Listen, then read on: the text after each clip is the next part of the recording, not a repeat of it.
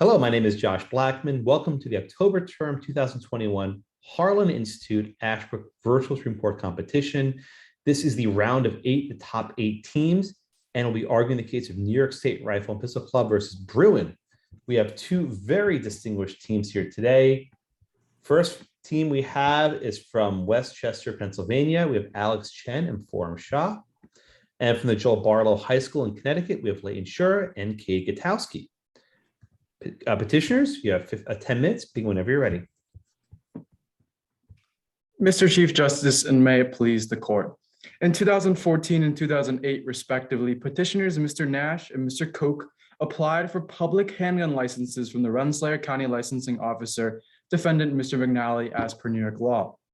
Both are granted licenses within 6 months that restricted their firearm carrying to hunting and target only.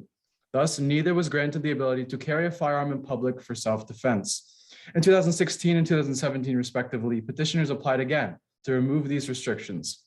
Both petitioners had all qualifications, no convictions, and firearm training. Their appeal was denied, and the restrictions remained for a supposed lack of proper cause needed to differentiate their circumstances from the broader New York public. Although Mr. Nash had cited a string of robberies in his neighborhood, this was not atypical enough of a need to warrant a public self-defense carrying license. Neither are able to exercise this right for this reason till today. The New York State Rifle Hold on. So let's go through a factual question. Does New York permit open carrying? Your Honor, New York State does. It's a little ambiguous. They do not explicitly say that they do not allow open carry, but overall they do not allow open carry. So let me ask Ms. Shah a question if I can, please. Yes. What if New York said to your client, we will allow open carry but no concealed carry? Would you accept that and go home and say victory?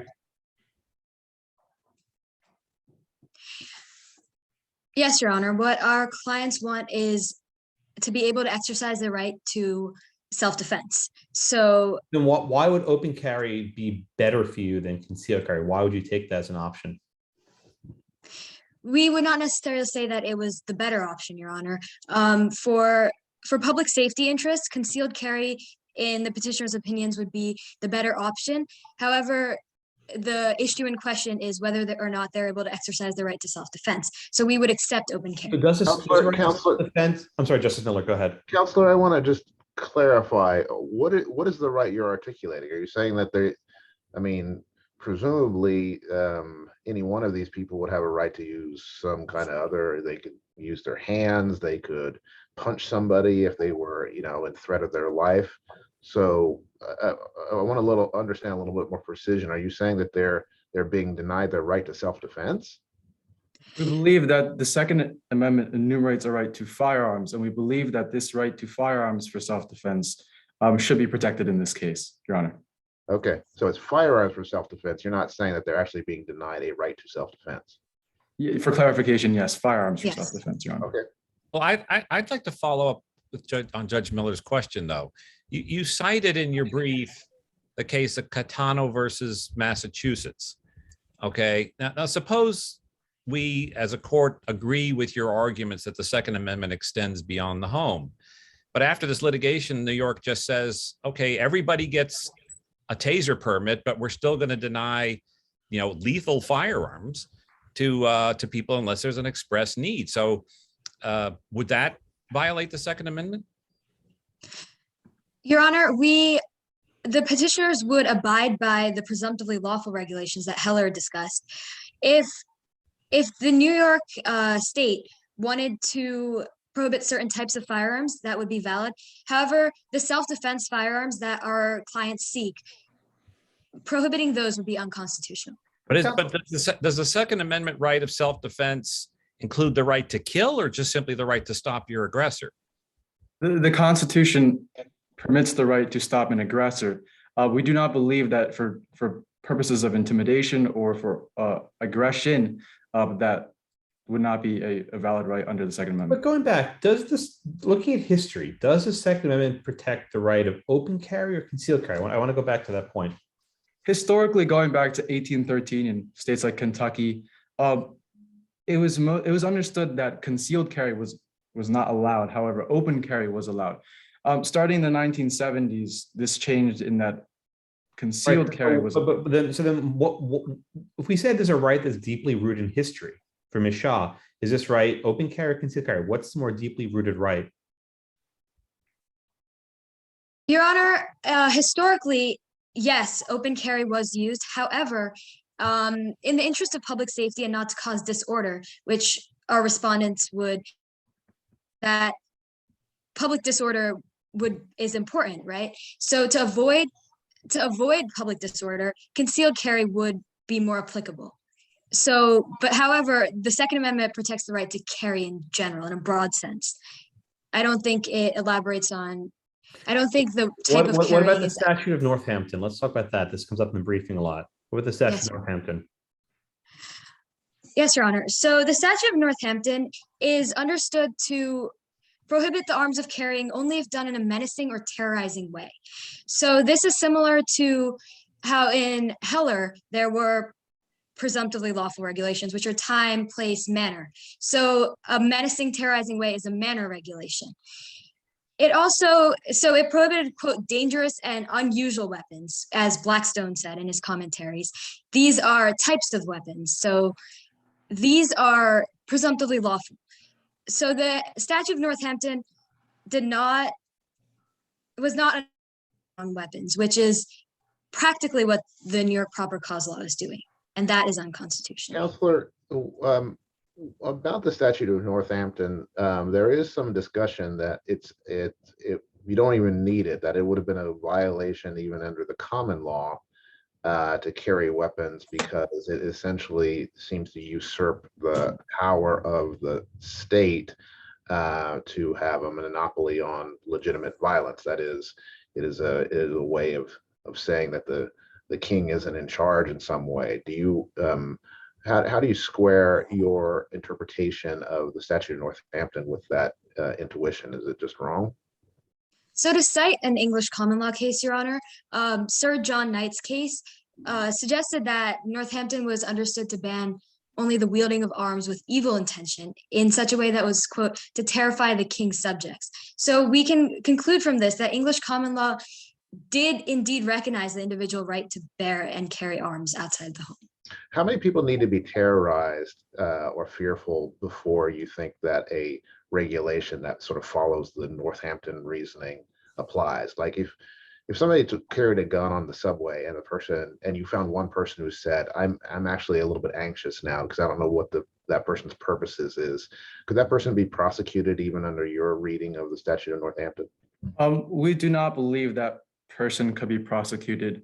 In general, following this ruling in favor of petitioners, we would leave these drawing of sensitive places or where the state feels that there should be an increased need for public safety and a decreased need for self-defense. We would leave this to the state legislatures as they know their constituents best. New York State is a very diverse state. It goes from rural to the most urban of urban in a couple hundred miles. And we believe that leaving the drawing of sensitive places, of objective regulations would be best suited to New York State legislature. So if they deemed that a subway should be a sensitive place, we would allow them that. Petitioners would not contest that. So, I mean, conceivably, though, what you would mean is that you would have a license to carry an arm, but you might have to navigate some like archipelago of different sensitive places as you're going about your day if you're going through New York City, right? Especially if it was like 500, within 500 feet, you're not allowed to carry within 500 feet of a subway station, or you're not allowed to carry within 500 feet of a courthouse building. Is that where, would that be acceptable to your client?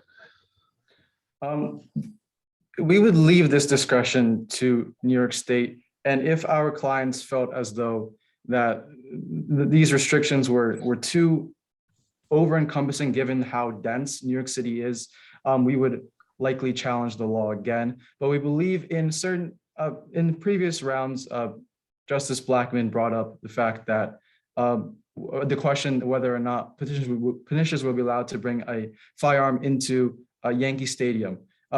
Clear examples of where there's a stark decrease in need for self-defense and a very stark increased need for public safety, we would definitely allow New York State to have that discretion. What about could the state ban firearm carrying within 1,000 feet of any school? Your Honor, considering the proximity of the schools in New York City, it may not be feasible to ban it 1,000 feet. Instead, the New York State could focus more on where or the people who are getting access to these guns by using background checks and such. Because the danger is not when there's a gun on school grounds, it's when someone who can cause harm with it is wielding that weapon. So that would be up to the New York State. Okay, and I see you're at just out of time. Thank you so much, Counselor. Thank Respondents, please beam up from wherever you find yourselves, and you have 15 minutes.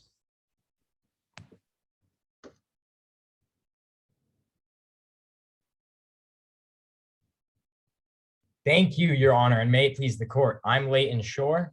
And I'm Katie Gutowski, and together we represent the respondent in the case of New York State Rifle and Pistol Association v. Bruin.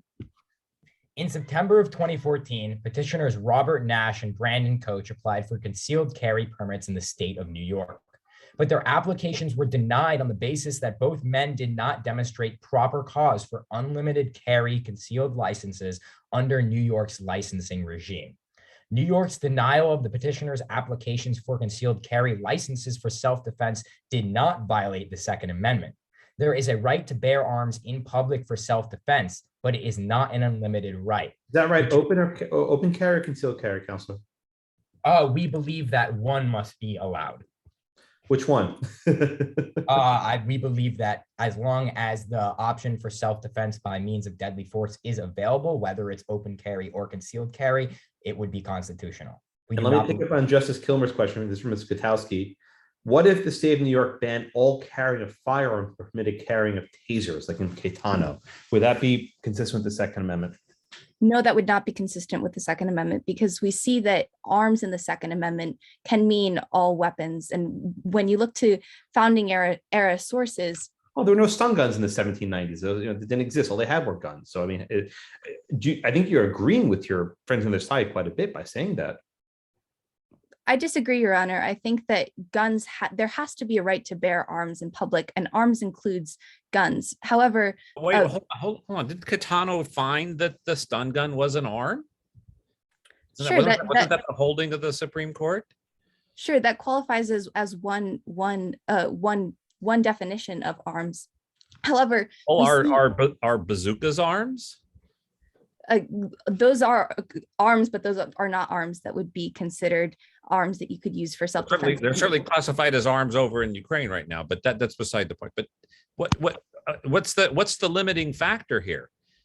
Well, I would say that the limiting factor is, you see, you can't have an assault rifle. A regular person is not allowed to bear arms like an assault rifle. But if you had a pistol, for example, is a commonly used arm that a person has a right to have in the home, as we see in Heller, that the natural reading of keep arms in the Second Amendment was to have a weapon like a pistol in the home. And that has to translate that the meaning of arms is still the same in the Second Amendment. Counselor, I'm losing a little track of your argument. So you're saying that there has to be some form of carry, but that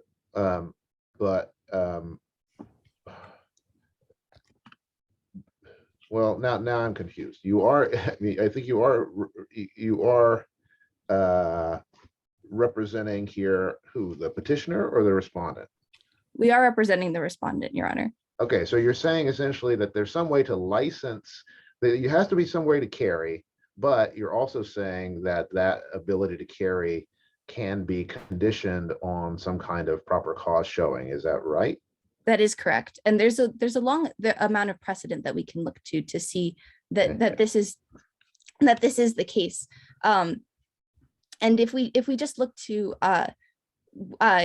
precedents from the founding to the present, 20 separate states have prohibited the bearing of arms in public to an equal or greater degree than the law challenged in this case. And so you can look to pages 21 to 24 of our brief, where we cite statutes from Tennessee in 1821, New Mexico in 1860. Well, hold on. So, I mean, weren't those a lot of laws, kind of Jim Crow laws that were enacted to suppress the freedmen from bearing arms? I mean, this is not the kind of law you want to hold up as an exemplar of good governance, as for Mr. Schur.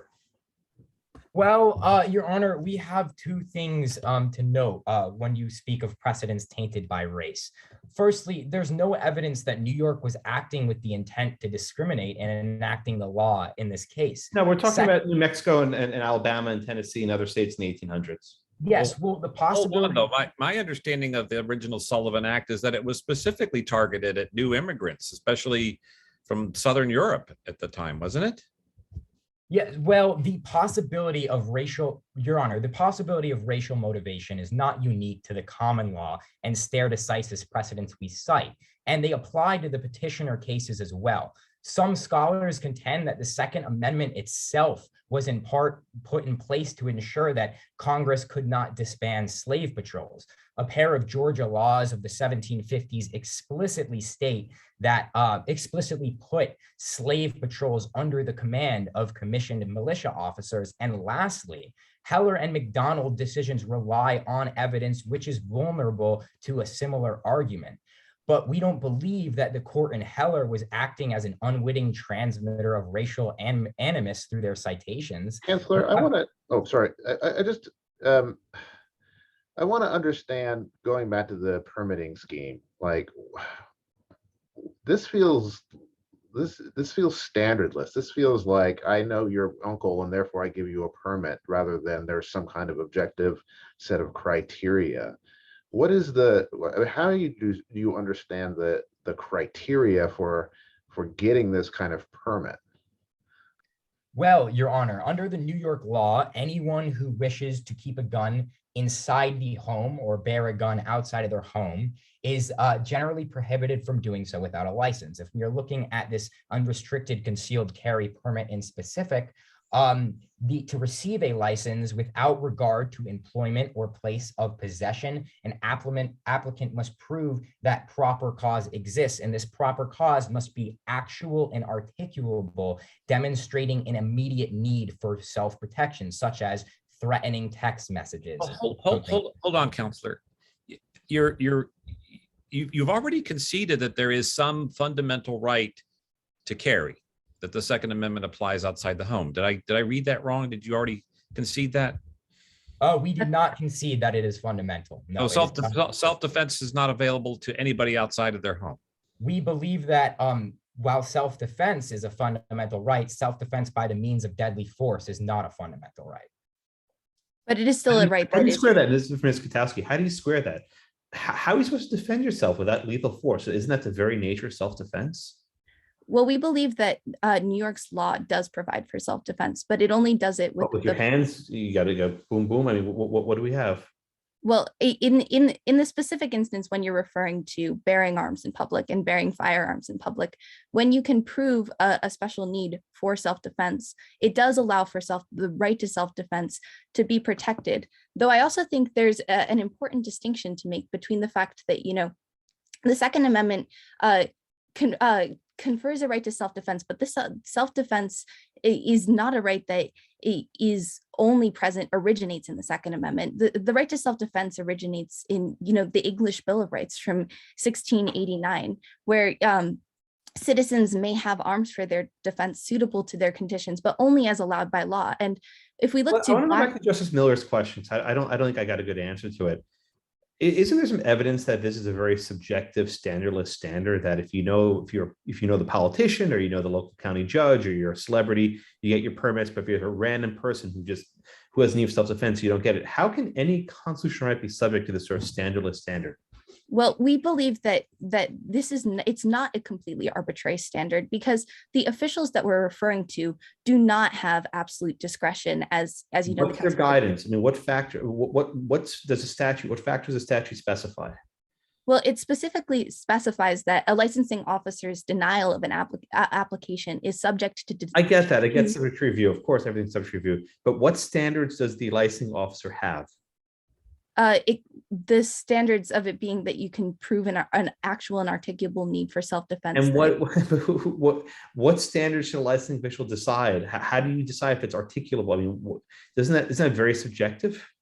Well, part of the reason why it is subjective goes back to our not necessarily subjective from a stance of not being able to ensure the right to self-defense, but it does allow these individual licensing officials to account for the individual circumstances of a person that's applying for an application.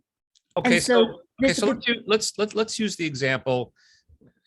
Maybe I'm aging myself here, but back when, right shortly after 9/11, the federal government concocted 5 standard levels of alert in the country. Okay, with different colors up to red was terrorist attack imminent. If we're in the red zone, terrorist attack is imminent. Does that mean everybody gets a gun? Well, I would no, not in this specific instance. What's more dire than terrorists who want to bomb our buildings and invade our cities? Vladimir Putin's invading. Everyone arm yourself. I mean, what we arm ourselves then?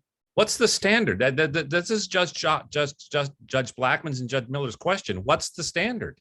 If I may interject, Your Honor, I believe that shows that, there is that immediate danger. If it was a red level, we're getting invaded by Vladimir Putin, that would be an immediate and articulable need for the use of a weapon. Right. And so then let me stop you there. So then at that point in time, there's a line around the block to get permits?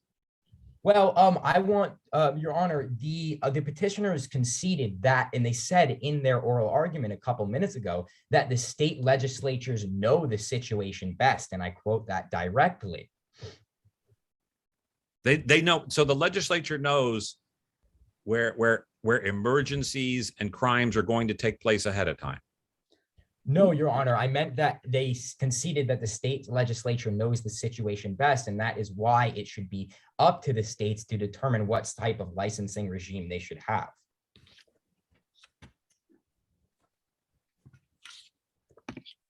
I still don't think I have a satisfactory answer for me to Judge Miller's or Judge Blackman's question, and that is what are the standards? You keep saying the legislature knows the standards. The legislature doesn't issue the license. Let's move on from the Second Amendment to due process. How is the standard consistent with due process? Does there have to be some standard by which the government should apply? I mean, it just seems very subjective. I mean, let's say someone thought that their boyfriend might threaten them, but he hasn't put it in writing yet. And the person says, well, until you get a threatening text message, it's not enough. Is that really what your standards can be? That, I'm sorry, your boyfriend sends you a threatening text before you can get a carry permit? Ms. Kotowski. Well, Your Honor, I think that I think all of this is very much judged on a case-by-case basis. And while that has in that specific instance of saying, are you really being threatened? That is up to an individual licensing official. But while that has maybe some disadvantages, it also has an advantage. And if we look to, the facts of the case in this case, we can see that that part of what these individual licensing officials being able to make this decision allows them to kind of extend on this principle of federalism that we're advocating for, because they can address the specific needs of the petitioners. We see that Mr. Nash, he lives in Rensselaer County, which has the city of Troy, has a university, has a downtown shopping district, all of these things that you wouldn't want him to necessarily be carrying a gun to. But it also so Justice Miller, go ahead. What other fundamental right do you get to exercise depending upon where you live? Well, Your Honor, we would draw the comparison to First Amendment time, place, and manner restrictions. Please do. So if you look to time and manner restrictions, which are weighed using intermediate scrutiny, this court, because the court recognizes the balance between state control, with intent to preserve ordered liberty, and a freedom to exercise their rights. So if you took, for example, the case of Wood v. Moss, where you were moving these anti-Bush supporters away to have his supporters closer in the interest of his safety with regards to speech and what they were saying, that follows a similar standard. And we can see that that there are many other rights that are not fundamental and can be judged using this same. Yeah, one question I have about that, like, let's assume that you're right, that there's a kind of time, place, and manner regulation, and it's controlled by the environment, and that we're respectful of the sort of federalism or even this localism point. Which way does it cut? That is, the cities tend to have more crime, but they also tend to have more police. If you're out in the country, you tend to have less crime, but you also have less, less security, publicly provided security. So which way does it cut? How are we supposed to think about this? About the division between the city and the country.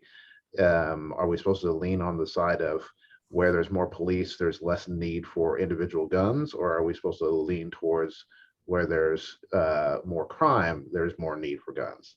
Well, what New York does, And you can finish answering this question if you go over. okay, well, what New York does is it says that in areas of higher populations, there is, because there's that presence of police force and because there's a greater risk posed to public safety, that is where the regulations are much higher than in these rural areas where you see that Mr. Nash and Mr. Coach are able to carry their firearms. And we see that that Okay, the thank you, overwhelming, Counselor. Thank you. Okay. Thank you. All right, 5 minutes for petitioner. Yes, Your Honor. Whenever you're ready. Respondents fail to acknowledge in a satisfactory manner the fact that a government official is at their subjective discretion is the sole arbiter of a license in New York. Hey, Additionally, Counselor, yes, Your Honor. what do you think about this argument that essentially the licensing regime just, makes the license, the ability to have the gun, as close to, a fact by, a fact by fact, circumstance by circumstance, actual application of the self-defense rule anyway, right? Self-defense is always conditioned by questions about, was it dark? Did the person actually, present a threat? What kind of threat? Was it a reasonable threat? All that stuff is really fact dependent. And this is just a licensing regime that dovetails with whatever the underlying ability to use the weapon is. Well, we believe that a shall issue permit licensing would be the best appropriate regime for New York to adopt, in that more objective standards of how to issue licenses would eliminate this subjective discretion of a government officer. For example, implementing a certain amount of firearm training, implementing background checks, raising the age needed to purchase a gun. These would be the proper ways of reducing the subjectivity regarding. Do we have to strike down this entire statute in order to protect your client's rights? Yes, Your No. Honor. We couldn't just define. I mean, we're an appellate court. We get to define statutes here, so we couldn't just say that proper cause includes the right of self-defense, and the government has to take that as at face value and issue a permit as long as the person has good moral character. This law is prohibiting law-abiding citizens from bearing arms, whereas a more narrowly tailored option, which is what New York needs to implement, would be to prohibit arms from getting into the hands of people who would cause harm with it. Prohibiting law-abiding citizens from exercising their right to self-defense is not constitutional. So this law must be struck down so that New York can implement more narrowly tailored solutions. But if we define the term proper cause must include the right of self-defense. So your client then just writes in his application, what's my proper cause? Well, I want to exercise the right of self-defense. In other words, he can't be denied a permit because it doesn't have a particularized reason. He can have a generalized reason. Do you win? Are we done? Well, Your Honor, in that we believe that a better way to handle the situation would not to be adding more explanation to what a proper cause is, but rather. Well, that's what courts do, though. That's what we do. But rather, Your Honor, we believe the law. that this law should be struck down, and in the aftermath, New York State Legislature can introduce a more objective and a narrowly tailored law that would skirt this whole notion. Required to adopt shall issue. Is that the only other option? We believe that for practicality sense would be the option. No, the only option is, does the Constitution require shall issue? We believe the Constitution would require shall issue at the most So every at a state stringent level. in American history that has not adopted shall issue is violating the Constitution. We believe that those remaining 7 states that continue to have a good cause or proper cause requirement for obtaining a license is violating the Constitution. Our What ruling if you- here would act, I'm sorry, Justice Miller, go ahead. But I'm trying to find out what the nuance there is, right? So, you know, could I deny a permit to somebody even in a shall issue regime because they were convicted of reckless driving? Could I Yes. deny a license because they were cited in a misdemeanor for public intoxication? Yes, Yeah. Your Honor. These are presumptively lawful regulations, which is what we believe should be left up to the state legislators, not whether proper cause law or those proper cause laws should not be left up to the state legislator. But what you mentioned, criminals, felons, they are regulations that are presumptively lawful under Heller and should definitely be implemented. Could I test to see what their where they sort of fall on the spectrum in terms of anger management? Could I have a psychological evaluation as part of the licensing regime, do you think? As a requirement, you could implement like a mental health check or cooperation with like a police resource that make sure that they're not a domestic abuser. You can go through the background check and implement these tests. We believe that those Psych tests are very subjective. This seems even worse to pose Justice Miller's question. Having a psychologist seems even worse than a licensing official. Who the hell knows what psychologists do? So, Your Honor, if we could, may I You finish go this answer this please, question? Judge. Yes. If by mental health checks, we could check the record, their mental health record, and see if they have any mental You diseases don't that sit might. down on, you have to sit pose- down on a couch, right? Sorry, Your Honor. Okay, thank you. I'm done. I'm breaking my own rule. Okay, thank you, Counselor. All right, let me stop the clock. We're all over. Let me be the first to congratulate, and if the other team can please come back on camera. Congratulate you. That was really good. The reason why we were being so hard on you, and I speak for myself, I'm sure Don and Daryl agree, is because we thought you could handle it. And we were pushing and prodding you and trying to figure out the limits of your position.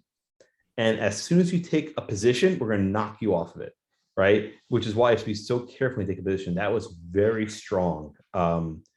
Again, you are participating at the level of law students who could be walking to moot court competition tomorrow. Professor Miller's at Duke. I mean, Daryl and Don, I'm give some feedback to these kids. They're good. Yeah, I mean, I thought you all did excellent. We're able to field the questions. We're able to sort of, anticipate, where the questions were going. I certainly think that, I've seen, I've seen law students that do far worse in terms of their preparation and delivery of their oral arguments than you all. You guys are definitely on the level of having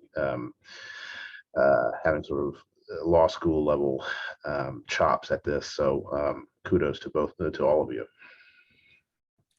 Yeah, I have high praise for what you've done here. I took the liberty of reading your briefs too, and I was trying to, by my questions, I don't know if I was successful at it or not, to try and get you to orally present a consistent argument from your written briefs. I think for the most part, you did a pretty good job of sticking to your written briefs and your positions. I was a little confused with the respondents that there appeared to be a concession that there was a public right of self-defense, and then you kind of backed off of it, and then you kind of tried to rescue it, and it wasn't very persuasive to me. I also think that there was a problem articulating standards. That would be something that you would need to work more on if you're going to actually present this to a panel, because all 3 of your judges were wanting to know. I mean, for example, I think one of you used the example of parade permits, that the government has discretion to issue parade permits, but that's not actually what the law is there. is that, yeah, there's time, place, and manner, and you have to apply for a parade permit, then you have to stay within the boundaries of the parade. Okay. But as far as saying, well, we're not going to allow a gay pride parade, but we are going to allow a police parade, there's no discretion there. Okay. Because so that's where the discretion falls. And the parallel is the idea that, well, if you're my brother-in-law or you're related, or you do my brother's accounting books or something like that, you can get a permit, but somebody who walks in off the street who I don't know, who may have the same safety concerns, doesn't get a permit. That's the problem with this discretion issue. Yeah, I mean, I think the only thing I'll just add to what Don said, which is that I certainly understood where you went when you said there's a right to carry, because I think in the actual briefing, nobody for the city wanted to say that the Second Amendment right sort of stopped at the door, but you needed to get just quicker on the. But that doesn't mean that you can't license, the right, that there is a right, but essentially the right is a right to carry conditioned upon some sort of constitutional licensing regime of some kind. Yeah, I think the line that Leighton was trying to draw was it's a right but not a fundamental right. I think that's what you were trying to draw. And then I said fighting with my hands, and then you get into the different types of weapons, and Caetano comes in also. Katie had a question on that. Let me give some other feedback. So at this point, I'm giving stuff that's almost sounds petty, but it really matters. You're all on Zoom. I know you're Leighton, you're in some offshore Caribbean island, maybe where Alexander Hamilton was born. Who even knows where you are, right? When you're on Zoom in remote locations, you need to practice the handoff. And it's tricky. And a couple of times we either talking over each other or it was awkward of who would go next. And I don't know if there's a good answer how to address that. The reason why I say it's actually relevant is today, even though COVID, thank God, is sort of subsiding, many moot court competitions are going to be Zoom full time, right? At least preliminary rounds will be always Zoom. So there's something you have to sort of work on, of this sort of transition from left to right. At one point, I think Leighton said, "May I answer?" I think that was actually a good way of handling it, because I think there was a little bit of an awkward silence. I think that actually worked well. Another thing, and again, Zoom matters. Don't speak with your hands. Form, you're a little guilty on this one. Your hands kept coming up and you were doing this and this and this. And when you're on Zoom with a little box like this, it's even more distracting because I can't see your full person. I just see your torso. So the hands look even bigger.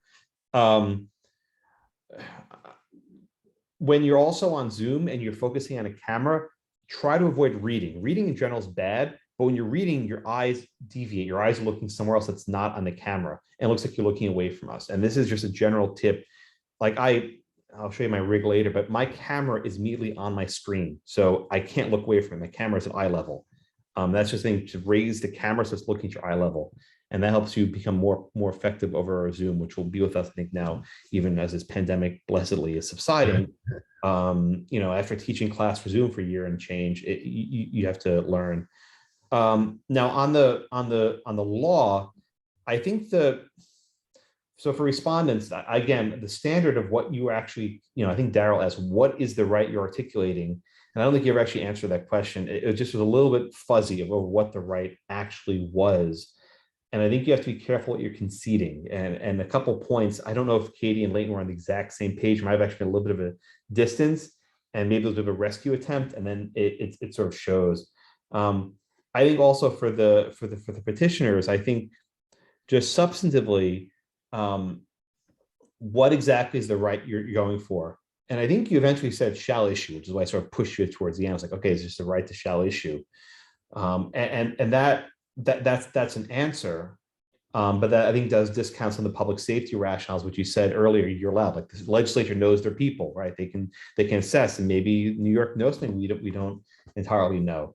When you can see the psych evaluations, like, oh man, they walked right into it. That's a tricky one, because I think, Don, California does have something like that where they can do a psych eval. Some counties do, yes. Yeah, I'm sorry. He knows California law better than anyone I know. But I mean, you want to talk about subjective, having some person put you on a couch and ask you questions and decide whether you exercise a right or not. Don mentioned the First Amendment issue with the time, place, and manner. Parade permits cannot be denied based on a point of viewpoint. That's the rule, right? Time, place, and manner means it's viewpoint neutral. I think that's inconsistent. Usually it's basically an intermediate or rational basis, but as long as it's viewpoint neutral, here there are a lot more subjectivities. But this is a hard case. I mean, and Daryl and I are not on the same side of this issue, but I think we both interrogate these issues to sort of show you where the strengths and weaknesses are in this case. And I think you all, you drew your lines in the sand where you had to, you gave ground where you had to, you were respectful, you had composure. When I tried to interrupt you and speak over you, you didn't sort of talk back, you didn't sort of like interrupt me, which was good, which is hard over Zoom, I think. You really, I think, demonstrated the sort of aptitude I expect from a third-year law student walking into a moot court, semifinal round, the same way you're doing a semifinal round here. And it was really, really, really impressive. This is not an easy. I think you've all listened to Paul Clement arguing. I think he didn't. I mean, he was struggling too, and he's one of the greatest lawyers in American history. So there we go. All right, Daryl, anything else, or Don, anything else you want to add for our students? Getting back to Josh's critique, with all the kindness intended, as to technique over Zoom. Alex, you might want to avoid the fidgeting and rocking while you're presenting your case, because it is magnified with the little box that you're on, and it is a little bit distracting too. So maybe if you got to sit in a chair that doesn't rock or move or something like that, that's fine. Because I'm guilty of the same thing. I'm a fidgeter when I'm sitting in a chair that swivels and rocks. So you might want to watch that. That was a tip given to me. Yeah, when I'm in class, I lock my chair. My chair has a lock on it, so I can't recline. Yeah, because it's the exact same thing. My chair locks, or even just a regular hardback chair, whatever, that works even better. And I didn't dress the part, but Leighton, I would probably, unless it's really hot where you are, probably try to. You know where he is right now, Daryl? Where? He's on the Caribbean island. Oh, that's why he's got no. That's why you got no blazer on. Yeah, I couldn't. Okay, it's hot. Yeah. No, he told us early, in fairness, that he's on some sort of Caribbean island and he wasn't able to bring us. And incidentally, folks, you were subjected today to what we call in the business a hot bench. Okay, a lot of times when you're arguing a case, you're allowed to develop your arguments and make them a little bit more. But when judges are peppering you with questions like we were, that's a hot bench, and that's the hardest job of an appellate lawyer, is to just you get 30 seconds or a minute into your presentation and you spend all your time answering questions, like almost like you're a witness in a deposition or in a witness box on trial, and literally that is what's happening. Okay, the court wants to focus in on what the questions it wants answered, and the court has already read your briefs. They've already heard basically what your presentation is going to be. They're drilling down to what they want to know in order to decide the case. And you all did a real good job at handling hostile questions. Yeah, I'm actually grateful the wireless held up on your remote Caribbean location. I was kind of nervous about that, but it held up pretty well. Me as well. The last time I was here, the Wi-Fi was probably 1/15 of the speed it is now. So we're very lucky. Awesome. Do you have questions for us, please, for myself or Daryl or Don? We're always happy to answer your questions. I actually do. It's a bit of an unrelated question. I hope we can entertain that, but this is for Justice Kilmer. Are those violins behind you? I ask because I myself am a violinist. He's like a prodigy. Oh boy, prodigy. No. I'm certainly not a prodigy. Yes, there are violins behind me. I'm an old guitar player, and about a year ago, I inherited one violin, and then I decided to go buy a couple more. So I'm trying to learn it, but by no stretch of the imagination am I competent yet. It's a slow art, a lot of practice. Well, yeah, it's what's look at her, she's laughing. What's difficult for me is you can tune a guitar and then you got chord forms and you just play, okay? But the violin requires a lot more attention to the feedback in the ear. So that's hopefully what I hope to derive from learning a new instrument. But thanks for asking. So Alex, you're good? Good. Thank you for No, entertaining. I that. meant you're good at violin, but I'm glad you're good also. He's Oh, gonna say yeah. no, but he's like really good. That's how we met. He was like first chair at like the district, and yeah. All right. I try to be modest. It's great. It's great to have outside interest if you're gonna when you practice the law, because you have to have places where you can blow off steam. That's great. It's also good for interview questions. It kind of distinguishes you, not just a random, person against no talents. Forum, you have any questions for us? Things you want to tell us? No, not really any questions that I can think of. Thank you for doing this. I really enjoyed it. It was I'm like a new glad you enjoyed experience. it. I've been used to doing like mock trial and stuff, but I haven't ever done like a moot court. So this was, It's different. And the way we run It's this is the way law school does it. It's not the usual way that most high school tournaments are. yeah. Katie and Leighton, I know you guys have done this for a while, but anything you want to ask? I have a specific question with respect to the time, place, and manner restrictions, and this is just for my own understanding. Obviously, it doesn't count, but I was under the impression that like those are neutral with respect to content, and so couldn't you argue that New York's regime doesn't discriminate on the basis of viewpoint, like specifically because it's subject to judicial review? Right. So it wouldn't be like Democrats can get a permit, Republicans can't, right?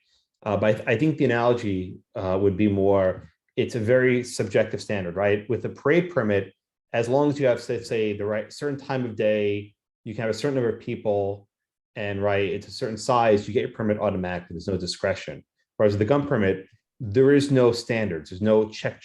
There's no automatic. It's completely discretionary. That's the thing I was trying to push you on, right? So it's different than a parade permit, where if you check 1, 2, 3 boxes, you get your permit. There's no given the standard. Well, I'm sorry. Go ahead. No, I Darryl. was just going to say, my take is that I'm not even sure. In some ways, it's a useful analogy. In some ways, it's not, right? So if you went into the licensing, place and they said, state your reason why you want this permit, and you said, I want to assassinate the president. Like presumably, that's definitely, or I want to go assassinate all Republicans or Democrats or something like that. Presumably, that would be reason to deny somebody a permit based on their stated plans to go on a shooting spree that's partisan based. But you couldn't do that, for example, if you were wanted to do a Nazi parade or something. And so in some ways, I think the viewpoint discrimination aspects of it are complicated because of what the thing that you're trying to obtain. Well, the other way in which you can analyze the viewpoint discrimination in issuing a parade permit versus a carry permit is remember the purpose of declaring unconstitutional viewpoint discrimination is that we're allowed to disagree with our government. So the New York licensing says, oh no, New York is a perfectly safe city. No matter what happens, if you come to the island of Manhattan, you're going to be safe. And you say, well, I have a different viewpoint. I was robbed last week, or my neighbor was robbed at gunpoint last week, and so I disagree with you. Okay, well, who bears the burden of who's right there? And that's really the essential part of First Amendment, saying, well, we don't allow viewpoint discrimination because the government doesn't get to say that your viewpoint doesn't count. Okay, the person who bears the burden of a viewpoint discrimination, or whether the city's safe enough that you don't get a permit, is the person who gets robbed, the victim of the crime. That's right. very helpful. Thanks. Very good. Thank you. Elaine, anything you want to ask from your Caribbean abode? No, believe it or not, I guess Kate and I think alike. I was going to basically ask the same exact question about the time, place, manner restrictions, but that's all I had. That's good. Thank All you right, very well, much. I don't have anything else. I want to reiterate that the level of competition that you guys are engaging in it is truly remarkable for people who are in high school.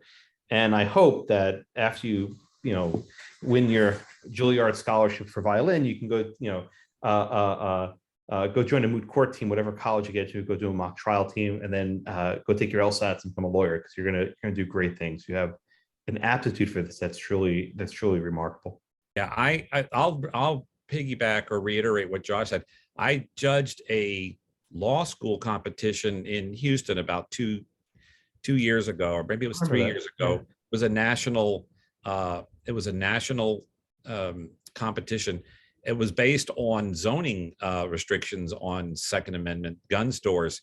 And I have to say that the level of brief writing and oral presentation by you folks matches what I saw from third-year law students in a national competition just 2-3 years ago. So good Well kudos. done. All right, well, I will call this to a close. I will stop the recording. The students can please sign out, and we will be in touch with scores by probably tomorrow evening or so, maybe Monday morning. Thank you Thank so you. much. Take care. Thank Thank you. you.